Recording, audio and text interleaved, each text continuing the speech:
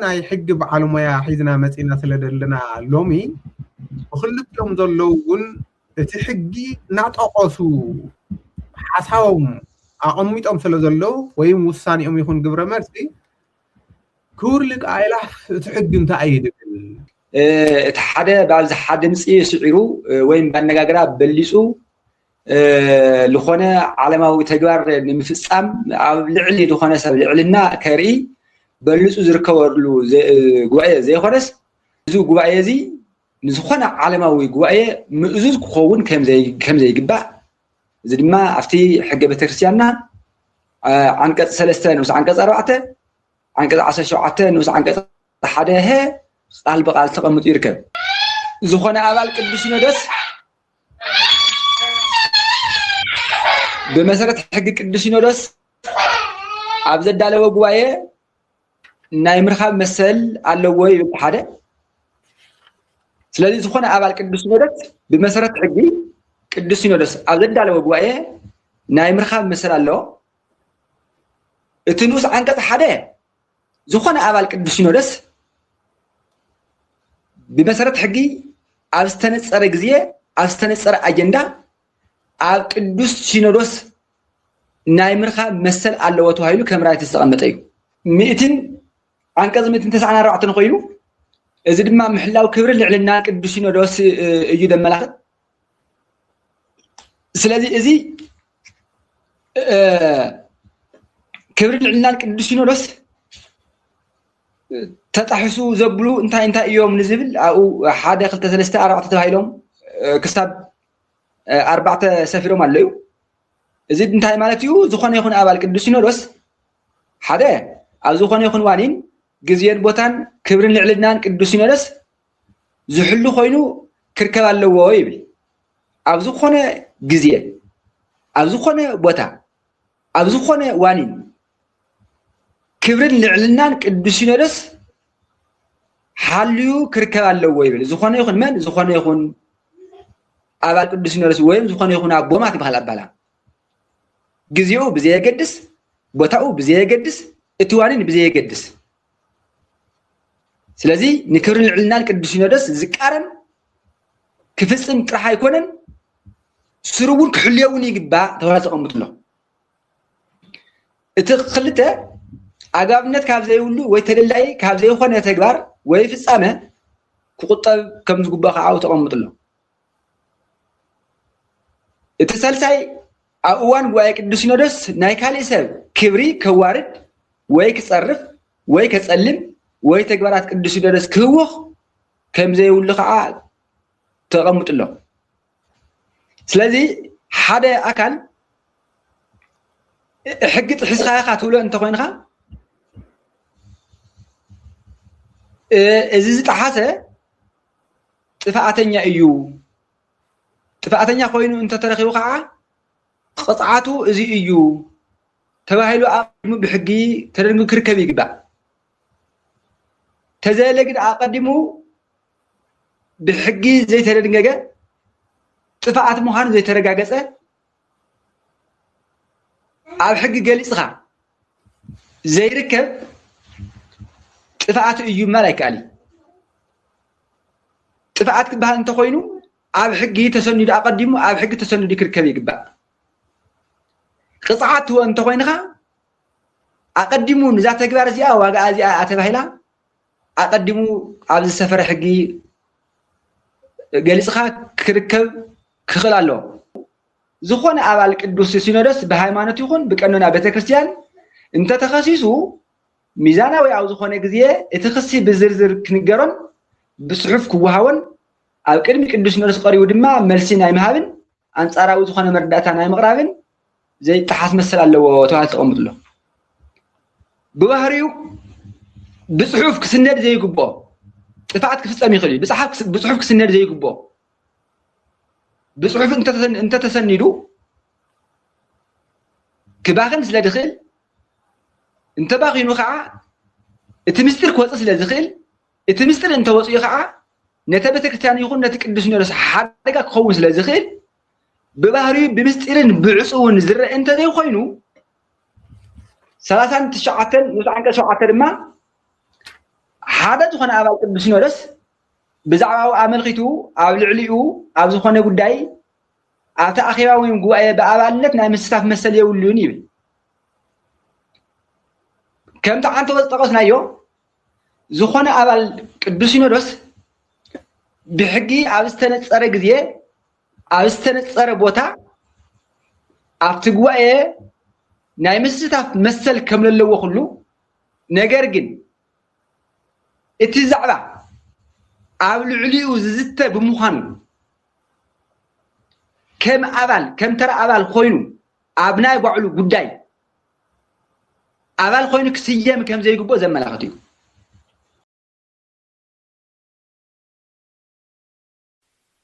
አንቲ ውእቱ ሰዋስው ዘርየ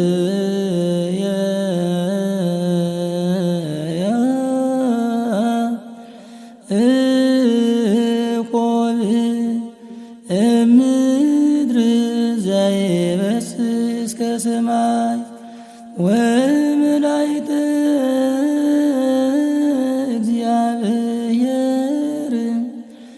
يعرب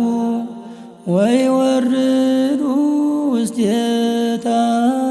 سالي لنا كد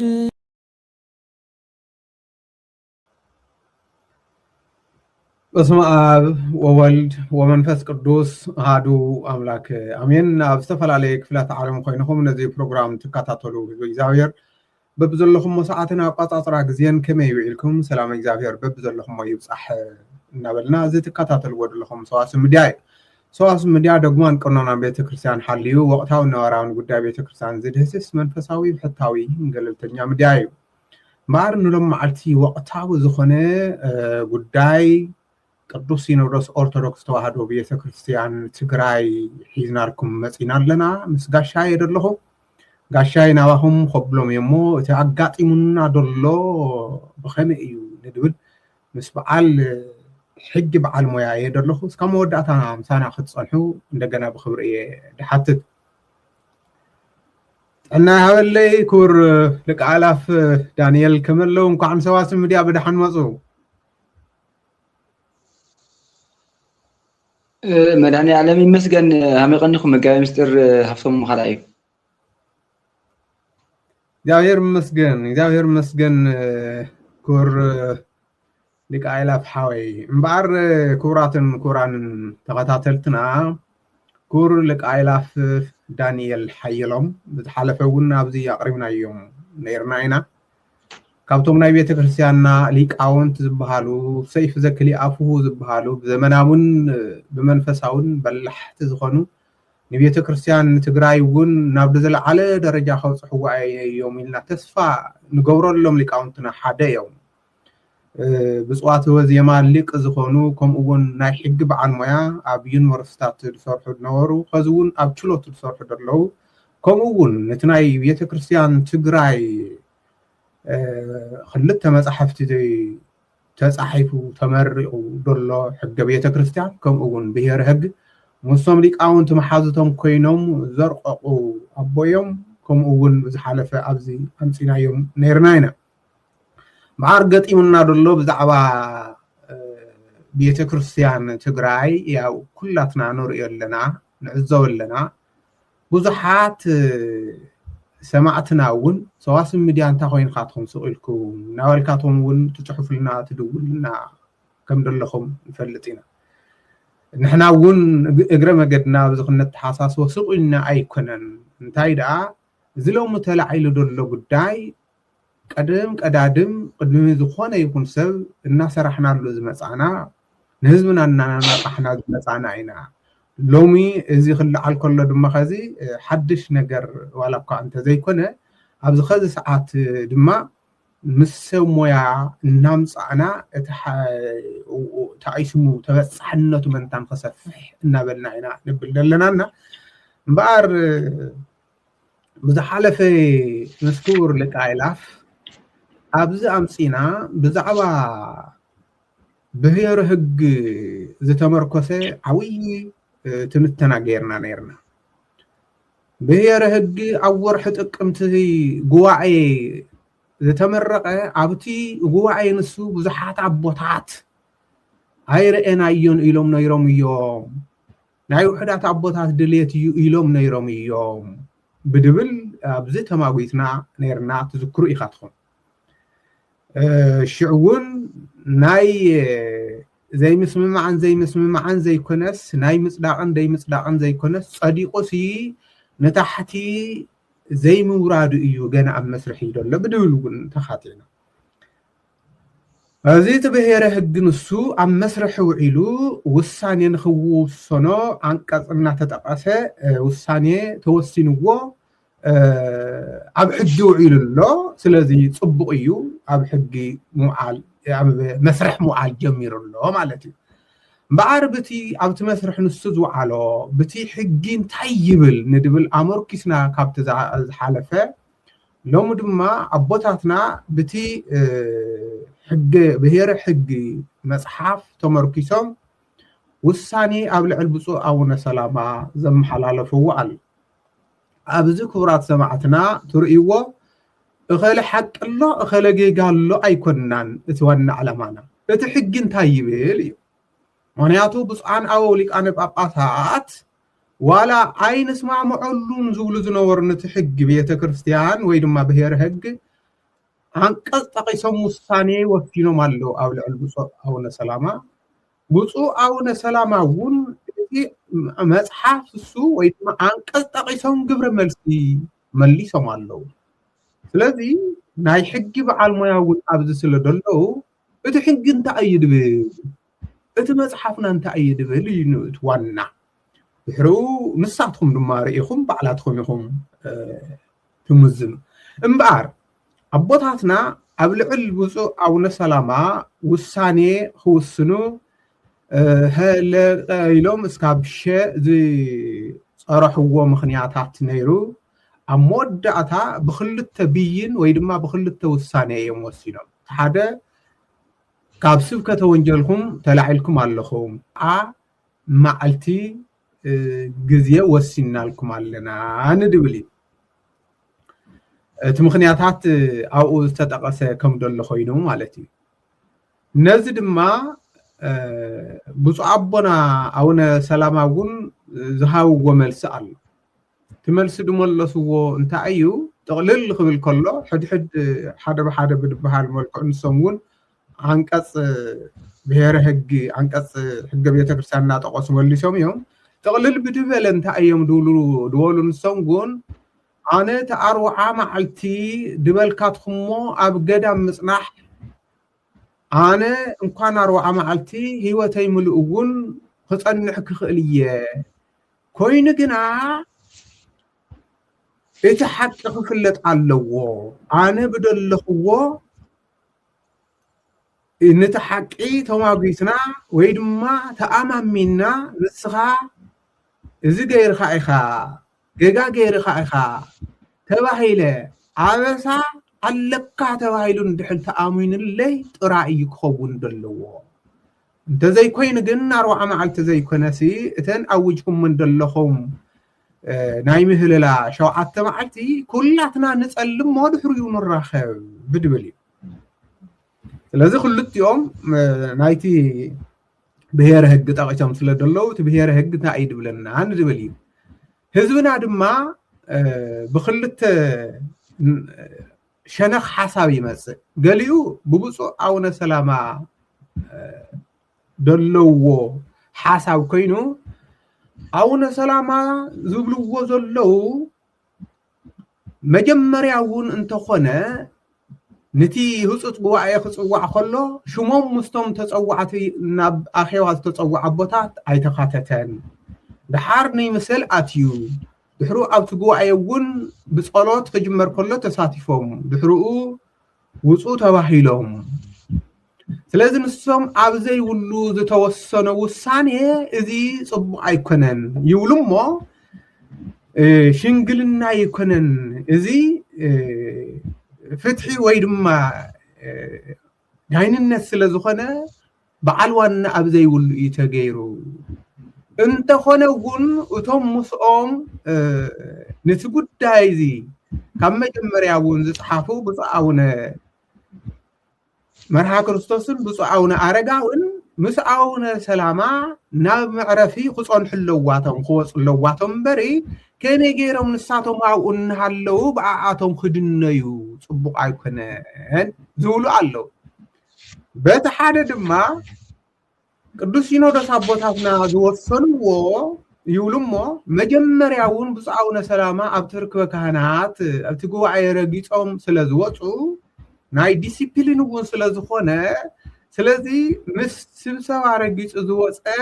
ተመልስኻን አخفልካ ኣብ ቅድሚኡ ዘይኮነ ዝዝተሲ መጀመሪያ እንታይ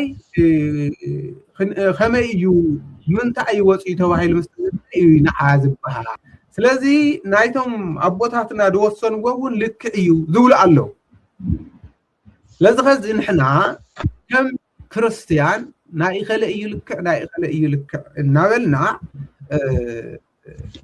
ኣብዝን ንዋዕልና ክንፋኸሉ ዘይኮነሲ ብስሩ እቲ መፍትሕዩ እንታይ እዩና ተሓቃሚትና ናብ ሓደ መጽና ብሓደ ኮይና አንተ ሰራሕና ዝበልጽ ولونا لو يومنا حافشاو جن ناب حقينا هنخيل بأربع الحقي نتحقي ونزر قاقو نتحقي بيت كريستيان ونزر قاقو ناي حق بعلم يا حيزنا مسينا سلدلنا لومي وخلت يوم ذلون تحقي نعطقسو حساوم أميتهم سلدلو ويم وساني أم يكون قبر مرسي كورلك عيلاف تحقي انت عيد بحق عيني بخيمة إيزي سكنا واخم أنو حبي للكوية سكنا واخم إيزي أدل تبوك الشيء غني اللي مقابل مستير نمبل خرعي جزية نابتي ملياهم فوقعهم حزون وانين بيت كريستيان حاورنا كنزتي كريستوس حسبنا حساب ما احنا نقول زتخالنا سلاماو زخونه مفتحي كنقمط سلا زخونه دقيمه يقني لنا ولخو سلازي كمتي ممهري عمتوي زتقسموا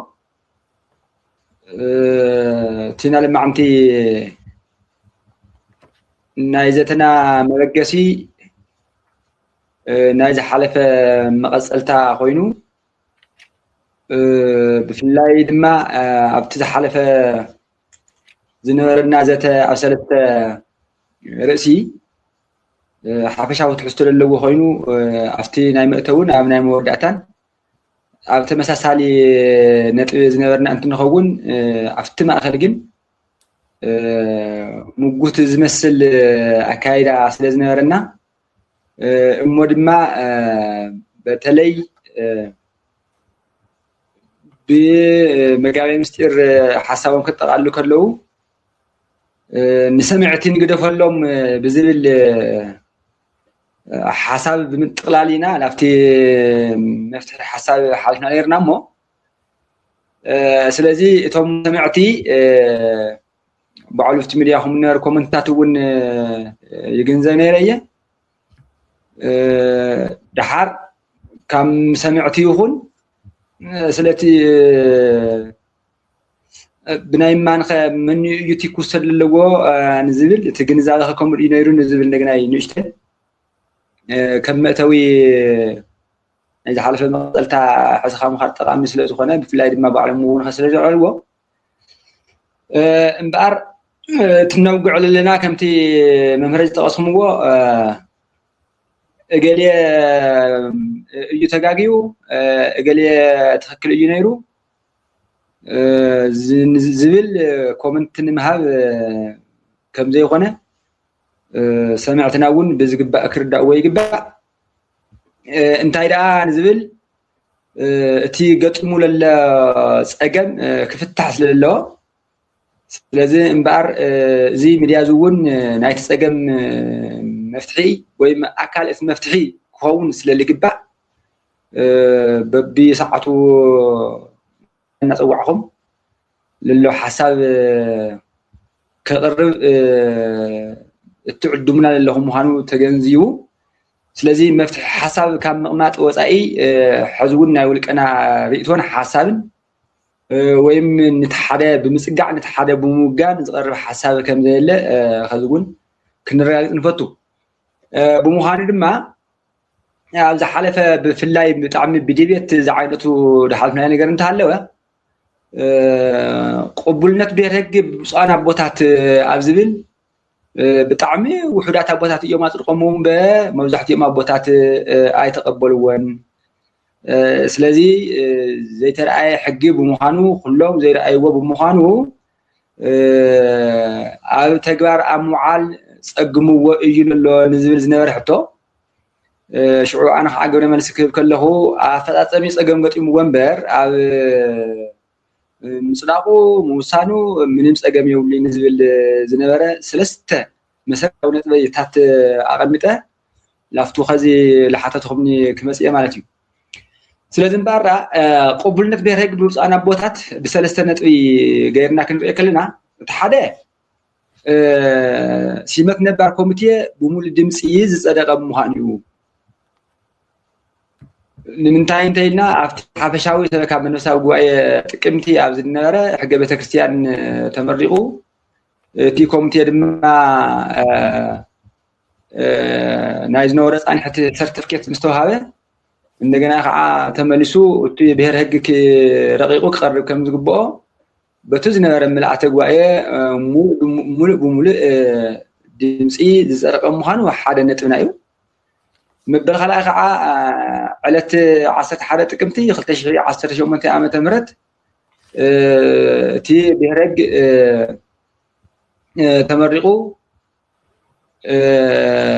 ኣብ ተግባር ክውዕል ከም ዝግብኦ ከዓ እቶም ኣባላት ቅዱስ ሲኖዶስ ዝፈረምሉ ቃለ ጉባኤ ምህላዊው እዞም ክልተ እዚኦም ብቀዳማይ ኣብዚ ሓለፈ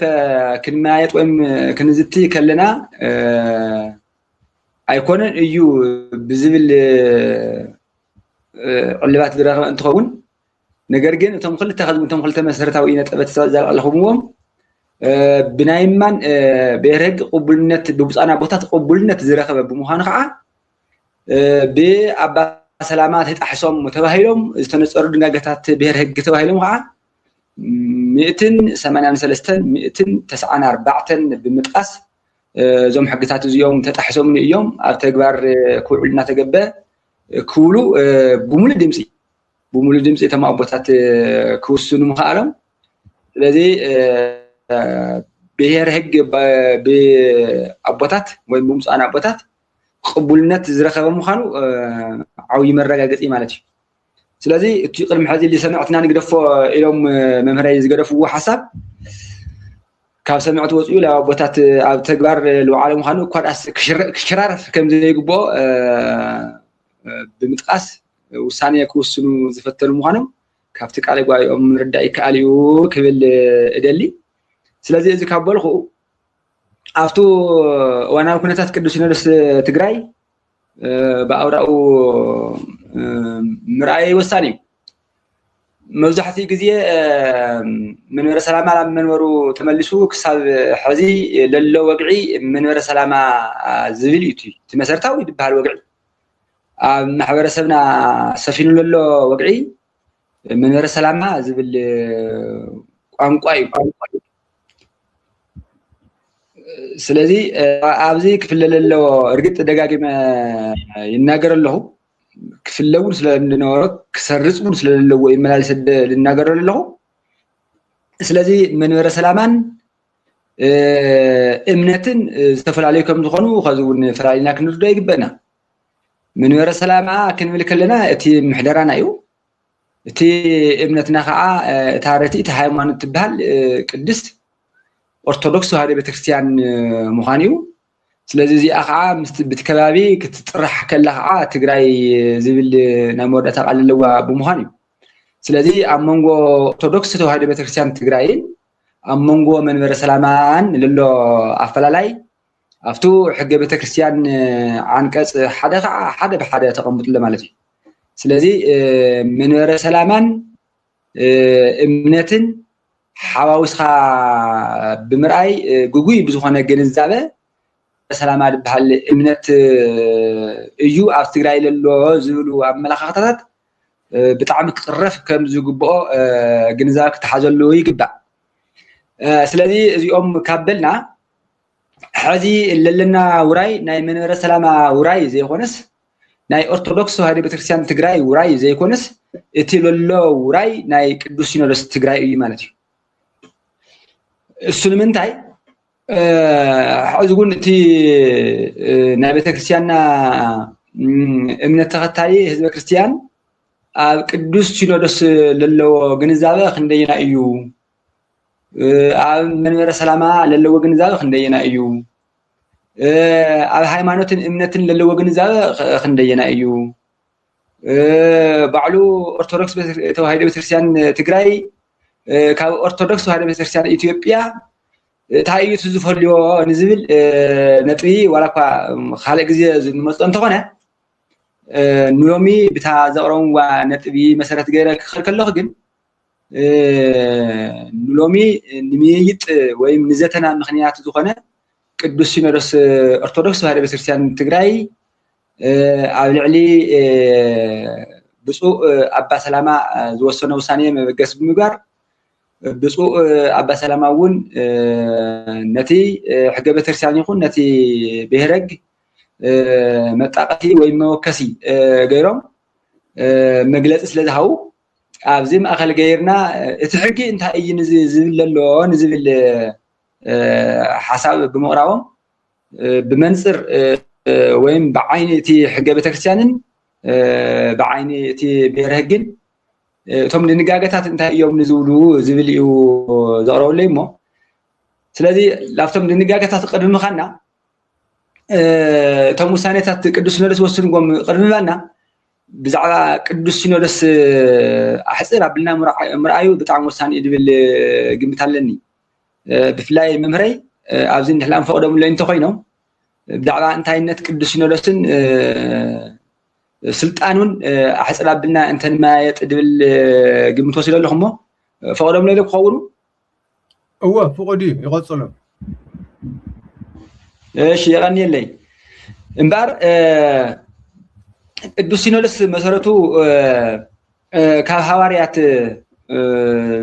ዝመፀ ኮይኑ ወይም ናይ ሃዋርያት ሲኖዶስ ኮይኑ ስለዚ ቅዱሳን ሃዋርያት ጉባኤ ክገብሩ ከለዉ ብሲኖዶሶም እዮም ጉባኤ ለካይዱ ዝነበሩ ስለዚ እቲ ሲኖዶስ ጉባኤ ክብል ከሎ ከዓ ኣብ መንጎና መንፈስ ቅዱስ እዩ ዘሎ ንውስነ ውሳኔ መንፈስ ቅዱስ ዝተሓወሶ እዩ ብዝብል ብዛዕባ ናይ ቅዱስ ሲኖዶስ ምልኣት ክገብሩ ከለዩ ኣብ ፈሪሃ እግዚኣብሔር መሰረት ዝገበረ ኣብ ነገር እግዚኣብሔር መሰረት ዝገበረ ኣብ ሓንቲ እምነት መሰረት ዝገበረ የካይድዎ ስለ ዝነበሩ እሱ ከዓ ብውረድ ትዋረድ ክሳብ ዚ ዘመን እዚ ዝበፅሐ ስለዚ ካብ ቅዱሳን ሃዋርያት ዝተረከበ ጉባኤ እዩ ምስ በልና እምበር እቲ ትርጉሙ ምስቲ ብሄረ ሕግን ሕገ ቤተክርስትያንናን ኣገናዝብና ክሪኦ ከለና ቅዱስ ሲኖዶስ ማለት እቲ ሓደ እንታይ ድብል ሕብረት ኣቦታት እዩ እዩ ዝብል እዚ ከዓ ኣብቲ ሕገ ቤተክርስትያን አንቀጽ 3 ንስ አንቀጽ 4 ቃል በቃል ተቀምጥሉ ማለት እዩ ሕብረት ኣቦታት እዩ ኣቦታት ዝቦታተንሉ ዘይኾነስ ኣቦታት ዝጸራረፍሉ ዘይኾነስ እቲ ሓደ ኣቦ ኣብ ልዕሊ እቲ ሓደ ኣቦ ዝጸዓን ዘይኾነስ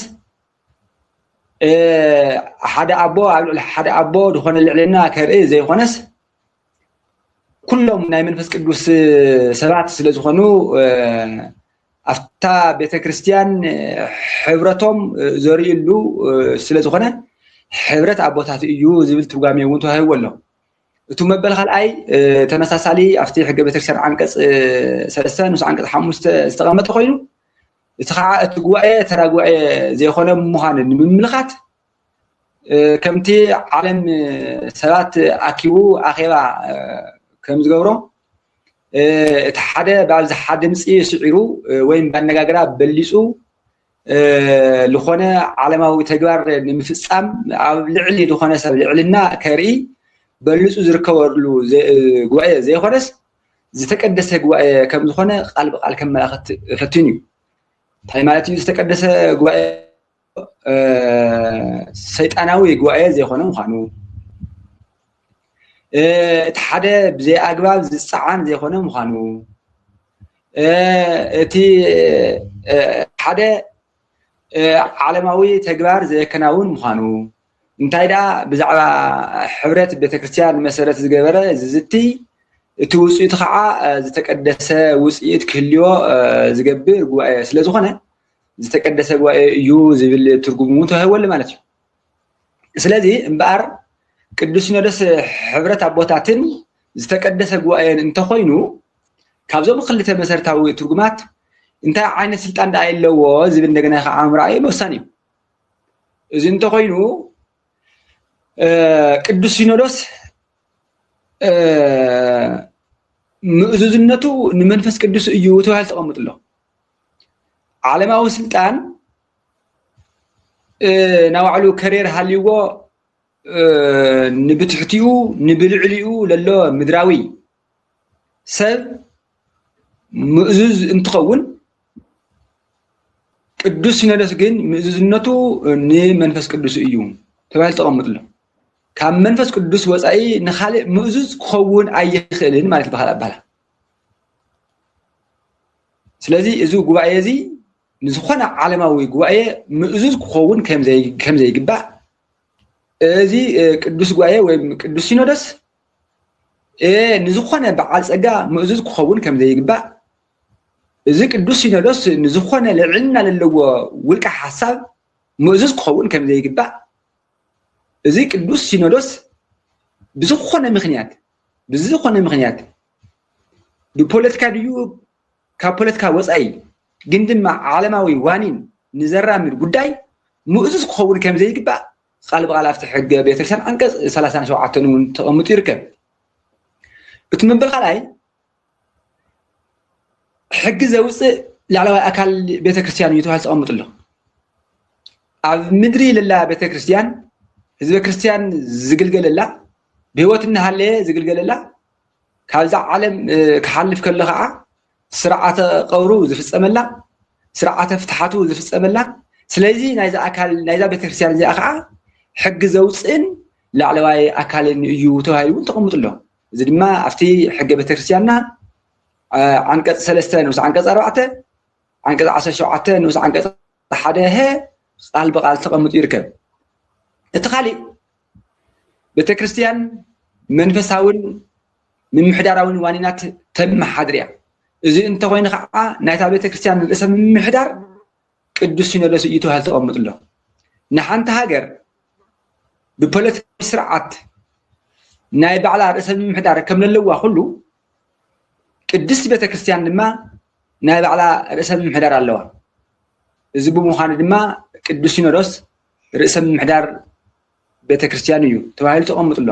እዚ ከዓ ኣብቲ ሕገ ቤተክርስቲያንና አንቀጽ 37 ንዑስ አንቀጽ 1 ቃል በቃል ተዘርጊሑ ተቀምጡ እቲ ኻሊእ ክብርን ልዕልናን ቤተክርስቲያን ክብርን ልዕልናን ህዝበ ክርስቲያን ክኽበርን ክሕሎን ይግባእ ናይ ቤተክርስቲያንን ህዝበ ክርስቲያንን ክብርን ልዕልናን ክሕሎ እንተኮይኑ ከዓ ስለዝደለና ዘይኮነስ ኣብ ሕጊ ስለዝተፃሓፈ ዘይኮነስ እዚ ክብርን ልዕልናን ብቅዱስ ሲኖዶስ ክረጋገጽ ከም ዝግብኦ ኣብቱ ሕገ ቤተክርስቲያን አንቀጽ 10 ንዑስ አንቀጽ 3 ቃል በቃል ተቀሚጡ ወይም ተሓግጉ ይርከብ እቲ ኻሊእ ንቤተክርስቲያን ብናይ ባዕላ ስርዓት ክትምራሕን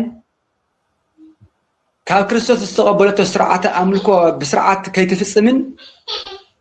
ዝእግዳን ዝኽልኽላን ለሎ ምድራዊ ፖለቲካ ስለዝኾነ ግን ድማ ስርዓት ቤተክርስቲያን ካብ ፖለቲካ ዝፀረየ ኮይኑ ክከናወን ስለዝግባእ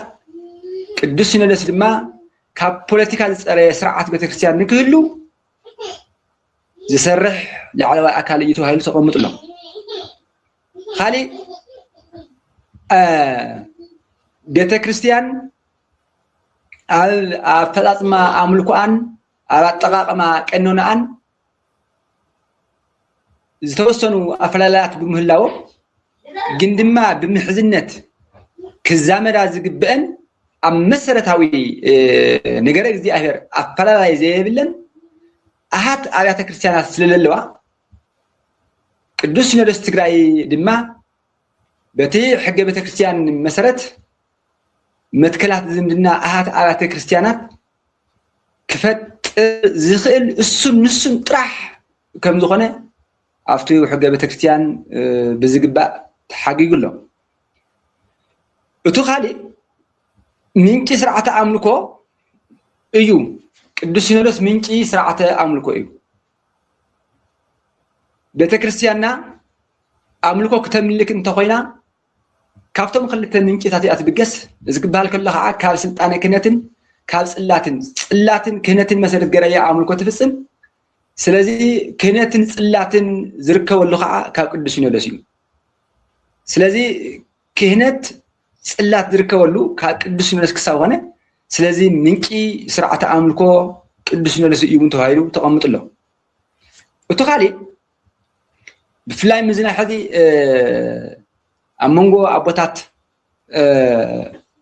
ለለውጥጥ መሰረት ብምግባር ኣብቲ ሕገ ቤተክርስቲያን አንቀጽ 35 ንኡስ አንቀጽ 9 ዝተቐመጠ ነቲ ሕገ ቤተክርስቲያን ቃል ብቃል ምርኣይ ብጣዕሚ ወሳኒ ዝኸውን እንታይ ማለት እዚ ቅዱስ ሲኖዶስ ዕላማታት ቅዱስ ሲኖዶስ ተባሂሎም ካብ ዝተቐመጡ ኣብ ምሕደራን ኣገልግሎትን ቤተክርስቲያን ፍትሕን ርትዕን ንክሰፍን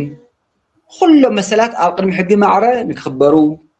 ማዕርነትን ሓድነትን ንክጠናኸር ዘኽእል ኣመራርሓ ምቕራጽ ሙያን ክእለትን መሰረት ዝገበረ ስርዓት ምሕደራ ምኽታል ተባሂልካ ተቐምጥሎ ስለዚ ኣብ ቤተክርስቲያን ዘሎ ምሕደራ ብዝዘመነ መንገዲ ግን ድማ ንስርዓተ ኣምልኮ ብዘይቀረን ኣገባብ ነቲ ሙያ ዝምጥን ክእለትን ሙያን መሰረት ዝገበረ ስርዓት ምሕደራ ክህሉ ስለልግባእ ስለዚ ነዚ ስርዓት እዚ ንክትኽተል እቲ መሓውር በዚ ኣቢሉ ክቕረጽ ከም ዝግብኦ እቱ ሕገ ቤተክርስቲያን ንቅዱስ ሲኖዶስ ላዕለዋይ ስልጣን ዝሃቦ ከም ዝኾነ የመላኽት እቱ ካሊእ ኣብቲ ሕገ ቤተክርስቲያን አንቀጽ 37 ንኡስ አንቀጽ 20 ለሎ እዩ እዚ እንታይ ማለት እዩ ቅዱስ ሲኖዶስ ሕጊ ብመሰረት ሕጊ ናይ መወዳእታ ውሳኔ ዝውስን ኣካል ከም ዝኾነ ምሕረት ከም ዝገብር ይቅሬታ ከም ዝህብ ኣቀዲሙ ዝወሰነ ውሳኔ ከም ዝክልስ ክሲ ከም ዘልዕል ንምንታይ እንተይልና ናይታ ቤተክርስቲያን ርእሰ ምምሕዳር ክሳብ ኾነ ናይታ ቤተክርስቲያን ላዕለዋይ ኣካል ክሳብ ኾነ እሱ ዝወሰነ ውሳኔ ከዓ ናይ መወዳእታን ይግብአኒ ዘየብሉን ስለ ዝኾነ እዚ ብምዃኑ ድማ ባዕሉ ዝወሰነ ውሳኔ ተመልሱ ባዕሉ ክክልስ ከም ዝኽእል ርእዩ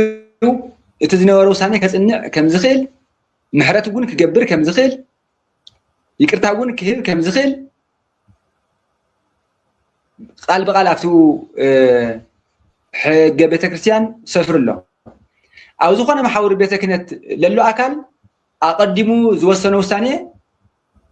ተመልሱ ብሕጊ ብግልፂ ዝተቐመጠሉ እንተዘይኮይኑ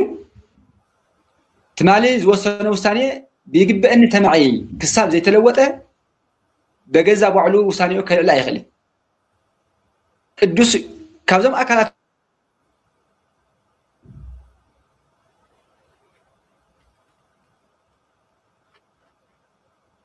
ዝወሰነ ውሳኔ ዝኽእል ወይም ሪቫይዝ ክገብር ከም ዝግብኦ ወይም ከም ዝኽእል እቲ መሰረታዊ ዝኾነ ስልጣን ለለዎ ኣካል ማለት እዩ ካሊእ ትእዛዝን ቀኖናን እውን ዝተክል እዩ بطعم تخرت كجبروا اللي جب أبزي قدم كبل أب زمن هواريات كافتم شو من تتدات ربحالو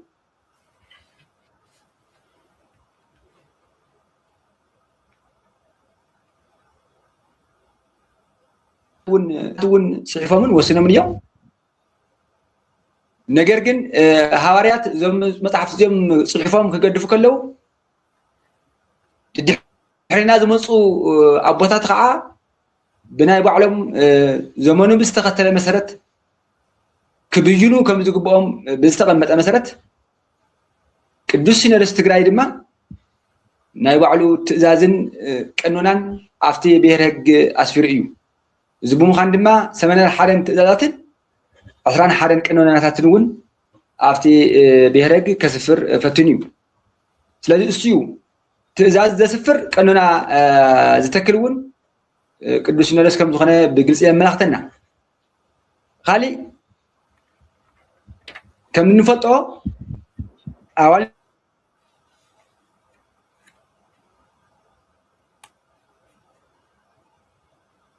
صحفتي كرم يغبون ካብ ኣስተምህሮ ወፃኢ ኮይኖም ዝራእዩ እንተ ኮይኖም ብሓላፈ ኣግዳሚ بزخنا ناي صحفت خلص لللو ويم ناي كمبيوتر جباس لللو ناي في دلقة ما خلص لللو زخنا أكل قدم كبل وصيو أتجبر زنبرة أول مسحة بجزء سلطانك إرما يخلين من دايك إرممتينا قدسنا لس زي مسحة تزيوم بليك أون تجواي أبيلو مس قدسات مسحة تزتعم خانم رأيو تم أول مسحفتي تأرمهم نقرولن تأرمهم مسقروا لما أصدقوا أتجبر كوعل زخل سلطان اللي هو مخانقة بجلس تغمت له تو مسرته بهالما بيت كريستيان بفنته كارتا كتنرح كم زقباخ عبد طعم سفير زخون سلطان تهيولو زمانك آير له صار بيت كريستيان ببسعته يبرخت له أو دقت راح يكونن أمونغو الناتيو تي نايبة كريستيان محدرة نكحمس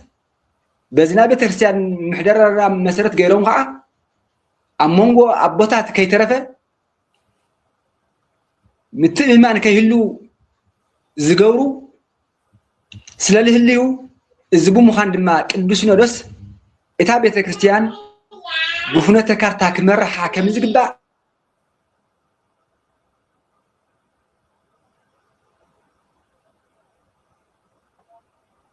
كمرحة أيك على بفصل حقي سريعة حقي أطريقة لازم خاطر أكل سلدورن خيو بينو أتجبر كل أي خل بمتى رأيت ترجم كركب له بفنوة كارتا نحلام معول تراغي مالتي سلازك الدسينا دوس فنوة كارتا ببجزء وفنوة كارتا كزرقح سفيه حلاف اللت كمل له بزملاخت من قد يتقمت له سلازي زي كافتنا يقدسنا دس زبهالو بطعمي بزحات زخونو حلاف منتات كاب بحري بچلفا كم زبهال زوسنه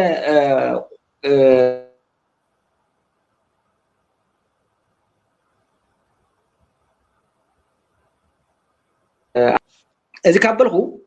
ناي اوانو نختع مبغز زخونو عناقص بهرج مرأيو صبغي إلى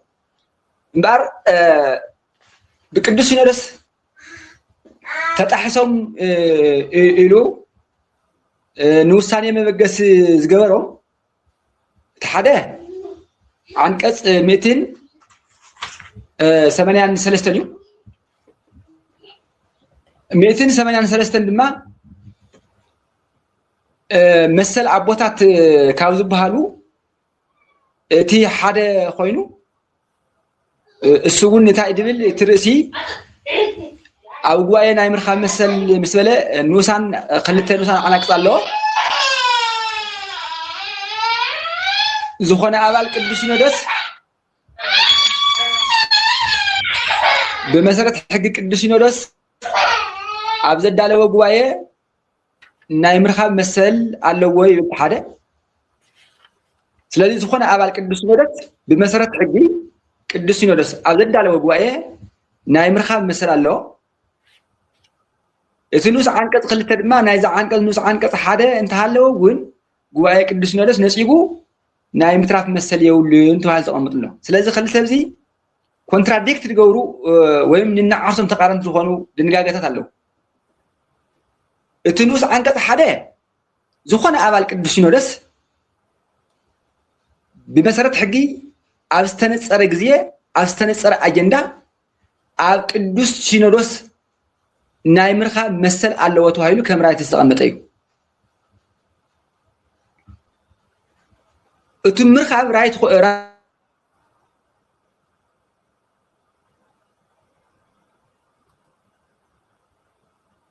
እንደገና ካ بحقاوي من صاوعي ተገይሩሉ ጉባኤ ቅዱስ ሲኖዶስ ነጽጉ ከተረፍ كم زي جباخة قال بقال زسفر مخانينا جنزب سلذي قدوس سينودوس نيميتن سمانيان سلستن أقيسو نينوس عنقص حدن نينوس عنقص خلتن معرة جورو مقراو هايك في الدليو نزبل ني تملختي نقدر فمو زير جن ميتن سمانيان سلستن كابلة سلازي نوس عنقط حدا نوس عنقط خلتن بموليو تتحسني لبل ايو افتي قال غواي اسفرو زركم معناتي اتمبل خلاي ميتين عنقط ميتين 94 نخيلو اذا دما محلاو كبر لعلنا قدوس سينودوس ايو دملاخ سلازي ازي كبر لعلنا قدوس سينودوس تتحسو زبلو انت يوم نزبل او حدا 3 4 تبايلهم كساب 4 سفيرهم عليو ازيد انت مالتيو زخون يكون ابال قدوس سينودوس حدا او زخون يكون وانين غزيان بوتان كبر لعلنا قدوس سينودوس زحلو خوينو كركب علو يبل اب زخون غزيان اب زخون بوتا اب زخون وانين كبرن لعلنان قدوس سينودوس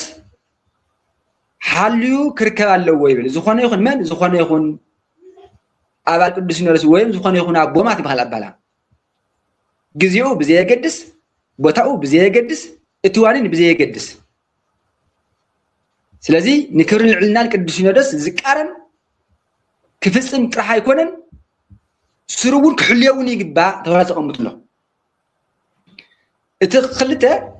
عقابنت كابزي يقولوا ويتدلعي كابزي يخون يتكبر ويفصامه كقطب كم زغبا خاو تقمط له اتسلساي اوان واي قدوس سينودوس ناي كالي سب كبري كوارد ወይ ክጸርፍ ወይ ከጸልም ወይ ተግባራት ቅዱስ ሲኖዶስ ክህወኽ ከምዘ ይውል ከዓ ተቀምጥሎ ስለዚህ ታይ ማለት እዚ ከዋርድ ክጸርፍ ከጸልም ወይም ተግባራት ቅዱስ ሲኖዶስ ክህወኽ ከምዘ ይውሉ ንምንታይ እንተልና afta አንተ ወደ ሀውናየ ትርጉም ቅዱስ ሲኖዶስ ህብረት አቦታቲው ክሳበልናዮ ቅዱስ ሲኖዶስ ዝተቀደሰ ጉባኤ ክሳበልናዮ ስለዚህ እንባራ ብዛዕባ ጸርፊ ብዛዕባ ውርደት ብዛዕባ ምጽላም ብዛዕባ ምዋኽ ነዚ ጉባኤ እዚ ብባህሪው ስለዘይ ጣዕምዎ እቲ መበረብዓይ ንህይወቱ ብፍላይ ንክብርን ልዕልና ቅዱስ ሲኖዶስ ክበሃል መራሒ መኪና ኮይኑ መኪና ከሽከርክር የውሉ ተኸጣምጥሎ ስለዚህ ቅዱስ ሲኖዶስ ኣብ ልዕሊ ብፁዕ ኣቦና ኣቡነ ሰላማ 194 እውን ተመሓላሊፍኩም ኢኹም ኢሉ ዝጠቀሶ عنقص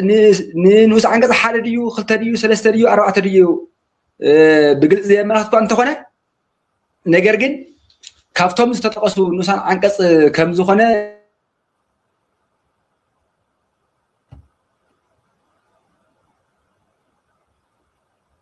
ምልኻት እዩ 194 ውን ተጣሕሱን ስለዚ ቅዱስ ሲኖዶስ ከምቲ አንቶ መምረይ ዝጠቀስኩምዎ ንጥሕሰት ምክንያት ዝኾኑ ነጥብታት ካብ ኢሉ ክሳብ ሸ ብምጥቃስ ኣብ መወዳእታ ድማ ብክልተ ነጥብታት ውሳኔ ብምዕራፍ ስለዚ ብሄረ ሕጊ አንቀጽ 183 194 አኽብረ እየ ክብልዩ ቅዱስ ሲኖዶስ ብውሳኔው አረጋግጾ ማለት ምባል ንኽእልና ማለት እዩ እዚ ኮይና ሃለወ ከምቲ መምርያ አንተ ተቀስምዎ አነ ውንት ሚዲያ ተከታትሎ የየ ብፁዕ አቡነ ሰላማውን ነቲ ዝተወሰነ ውሳኔ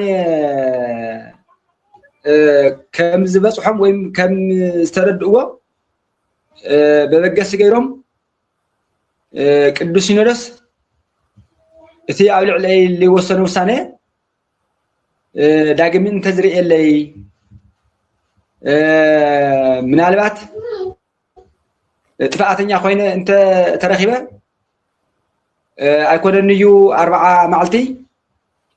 ህይወተይ ካብዛ ዓለም ክሳብ ዝሓልፍ ኣብ ገዳም እንተ ዝነብር ምንም ፀገም የብለይን ነገር ግን ጥፋተይ ብዝግባእ ክረጋገጽ ይግባእ ብምባል ሰሙን ነቲ ብሄር ሕግን ነቲ ሕገ ቤተክርስቲያንን መበገስ ብምግባር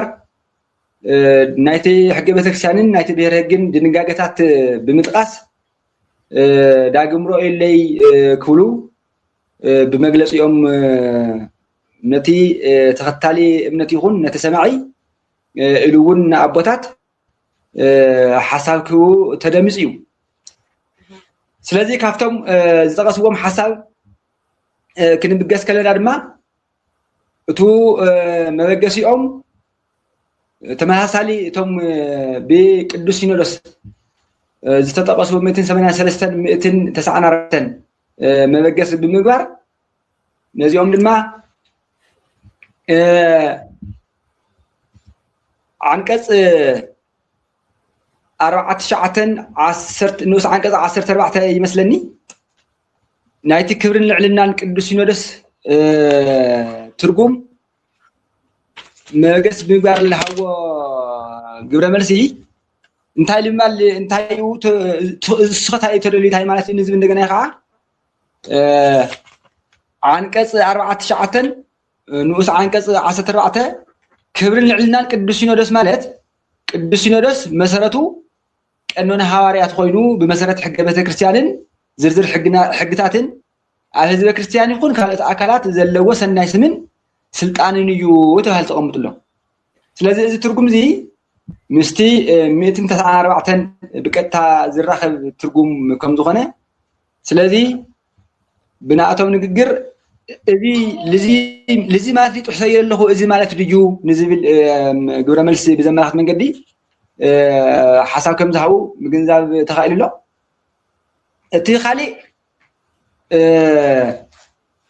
ኣብ 199 ምስቱ ሕገ ቤተክርስቲያን 38 ግዛእ ይመስለኒ ምናልባት መምርያ እውን መሓገዝ ምጽቡቕ ይመስለኒ ቱ ሰማዕ ወዳ ኣስታውስ ለለኹም በታ ቀድመይ ስለሌለ ምናልባት ወረቐታ ወደም ተሃልዩ ኣብ መንጎ እቲ ላወሉ ኢንተርፍሪ ጎርን እሞ እዚ ዓንቀጽ ዝኸታይ ማለት እዩ ግዛዕ ላወሉ ሰሙን እንተዝሕግዙ ምጽቡቕ ኢለ ካብ ዘስታወስኽዎ 199 ዝጠቐሱ ይመስለኒ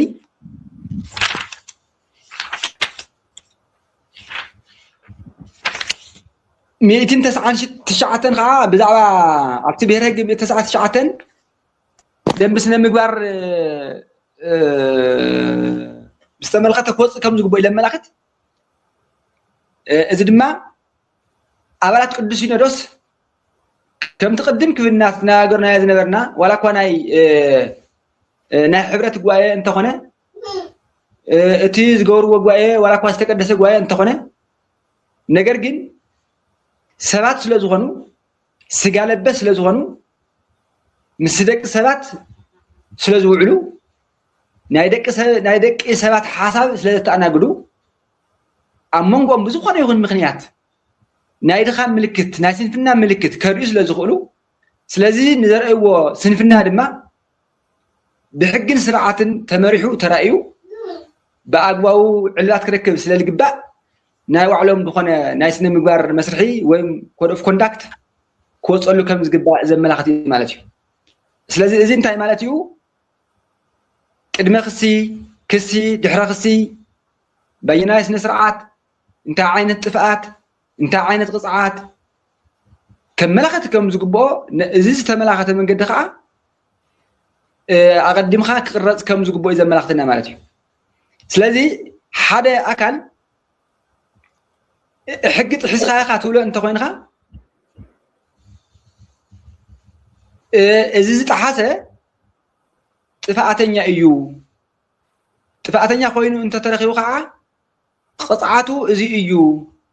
ተባሂሉ ኣቀዲሙ ብሕጊ ተደንጊጉ ክርከብ ይግባእ ተዘለግድ ኣቀዲሙ ብሕጊ ዘይተደንገገ ጥፍኣት ምዃኑ ዘይተረጋገፀ ኣብ ሕጊ ገሊፅካ ዘይርከብ ጥፍኣት እዩ ማል ኣይከኣልን ጥፍኣት ክበሃል እንተኮይኑ ኣብ ሕጊ ተሰኒዱ ኣቀዲሙ ኣብ ሕጊ ተሰኒዱ ክርከብ ይግባእ ቅፅዓት ትወ እንተኮይንካ ኣቀዲሙ ንዛ ተግባር እዚኣ ዋጋኣ እዚኣ ኣተባሂላ ኣቀዲሙ ኣብ ዝሰፈረ ሕጊ ገሊፅካ ክርከብ ክኽእል ኣለዎ ስለዚ እዚ ብምዃኑ ድማ እቲ ቅዱስ ሲኖዶስ እንታይ ድብል ድንጋገ እዩ ደንጊጉ ብዝኾነ ምክንያት ኣቦታት ጥፍኣት ፈፂሞም ክርከቡ ከለዩ ክዳነየሉ ዝግባእ ብናይ ባዕሎም ሕገ ደንቢ ስለዝኾነ እሞ ድማ ንኩሉ ክዝርጋሕ ዘይኽእል ነቲ ካልእ ማሕበር ቤተ ክህነት ዝዳነየሉ ሕጊ ካሊእ እዩ ኣቦታት ዝዳነየሉ ሕጊ ካሊእ እዩ ኣቦታት ዝዳነየሉ ሕጊ ንዝኾነ ማሕበረሰብ ክዳነየሉ ኣግባብነት የብሉ ንምንታይ እንተብልና እቲ ስርሖምን ሓላፍነቶምን ስርጉን ኣይራኸብን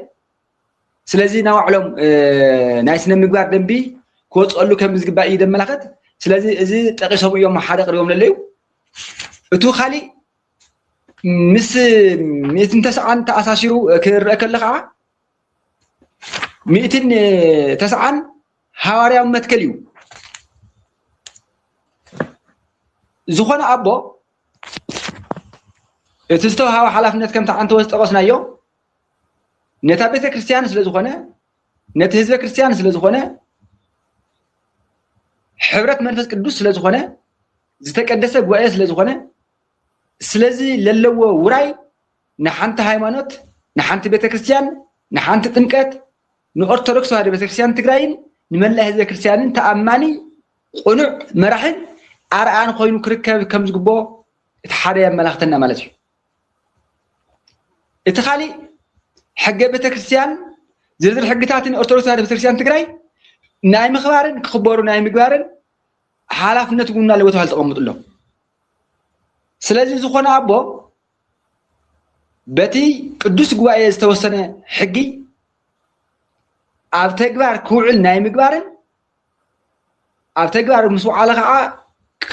ከኽብሮን ክኽበር ናይ ምግባርን ሓላፍነት ከም ዘለዎ ዘመላኽተና እዩ እቲ ናይ መወዳእታ ድማ ግዕዝይና ሓሰተኛ ምስክርነት ክትራን ቅትለት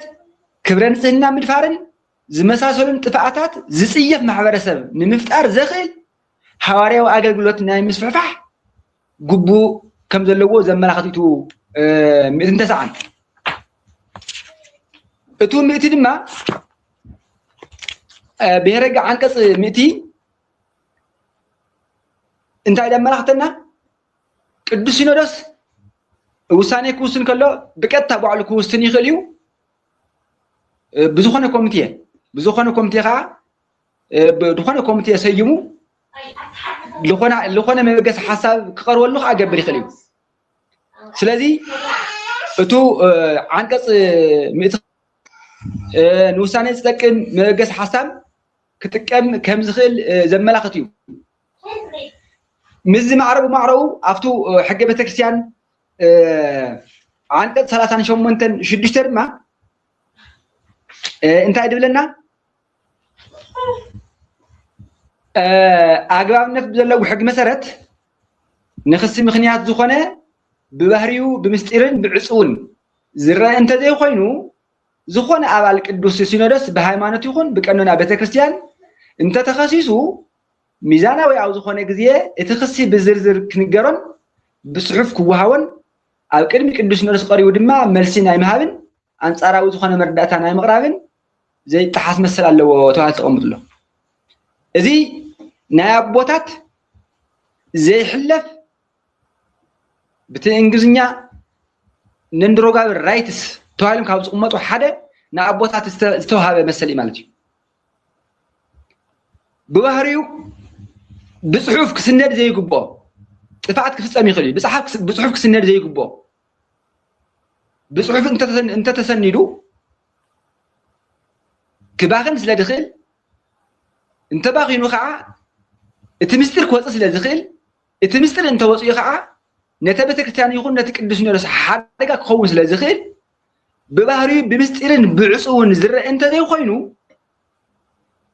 ابل علي زخونه ابو زقرب ناي خصيتا وانن انت هليو سرعات بزلو منقدي كبصحن يمانة تقام حساوهم كسمعون قدوس سينودس خا بملئات افتستك قدسه غوايه تقبلوا بنايمان زي الناس مالت بنايمان زي الناس زي صصت نابت عزبتون زي ودق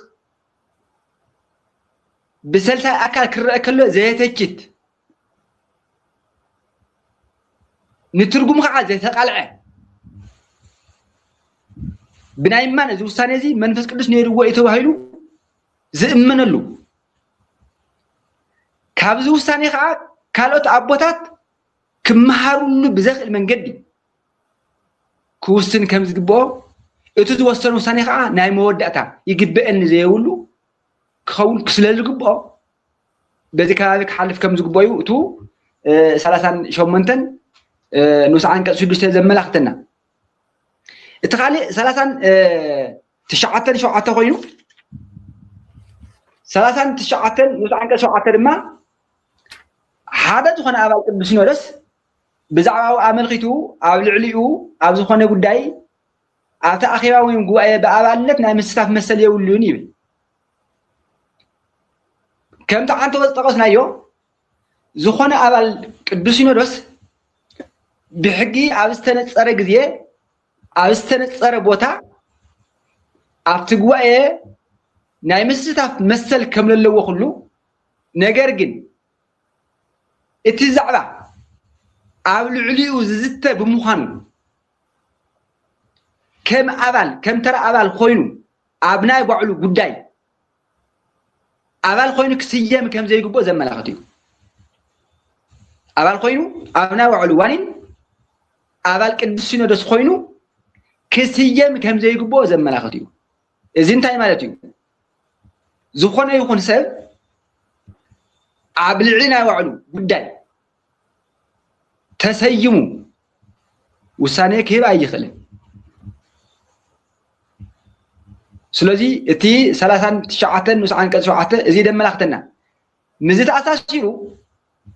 እቲ ንቅዱስ ሲኖዶስ ሰፍሕ ስልጣን ዝሃወን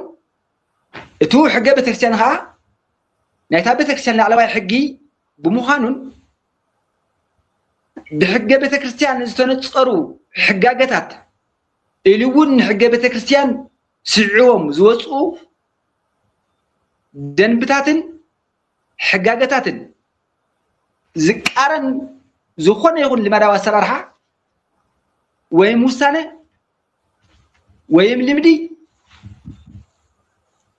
ወይም ኣዋጣ መምርሒ ويم دنبي تفصامنت كم زي هلو دما عفتو حق بترسيان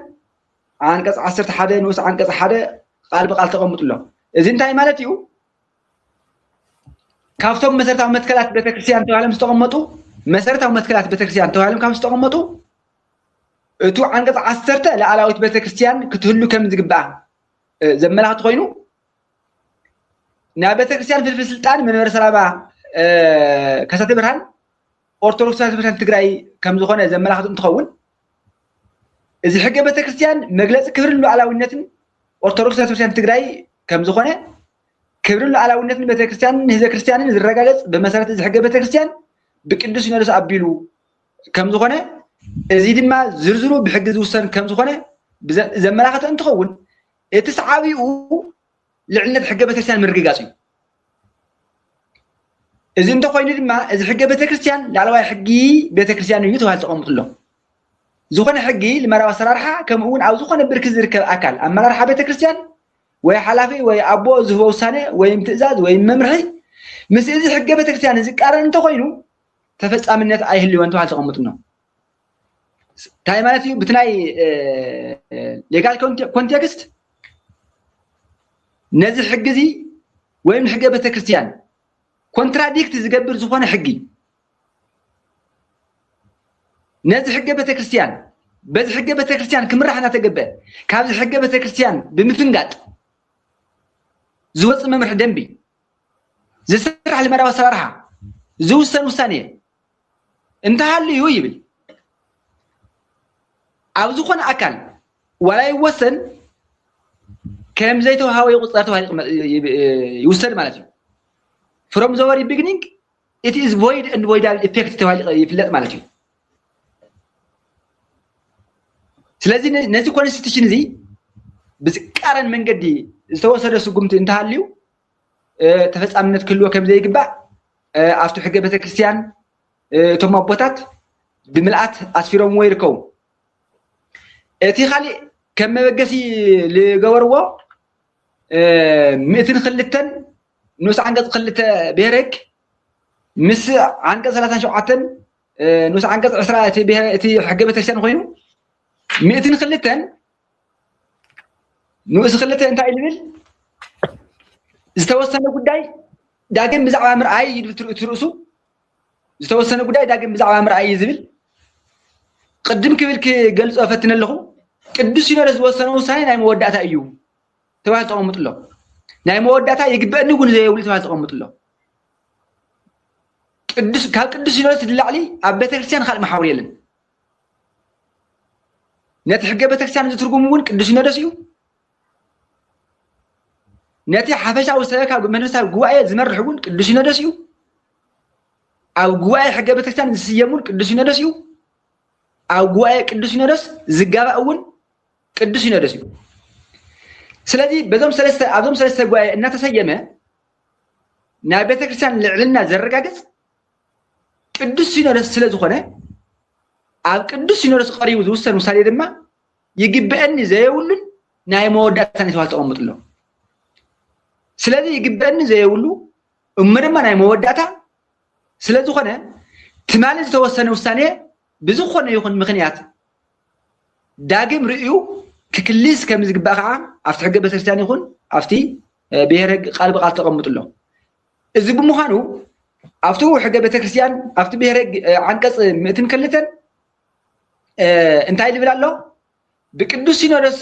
ውሳኔ ዝዓረፈ ጉዳይ ዳግም ንክርአ ናብ ቅዱስ ሲኖዶስ ክቐርብ ኣይኽእልን ይብል እዚ መትከል እዩ بقدس ሲኖዶስ ውሳኔ ዝዓረፈ ጉዳይ ዳግም ንክርአ ናብ ቅዱስ ሲኖዶስ ክቀርብ ኣይኽእልን እዚ ብመሰረቱ መትከል እዩ ተማልት ወሰንካዮ ውሳኔ ተመልስካ ብጽባሕቲ እናልዕልካ ለማዓንት ወሰንካዮ ውሳኔ ነገ እንደገና መልስካ ከተልዕሎ ኣግባብነት የውልን ተባሂሉ ተቐምጥሎ ነገር ግን ኣብቲ ንዑስ ዓንቀጽ 2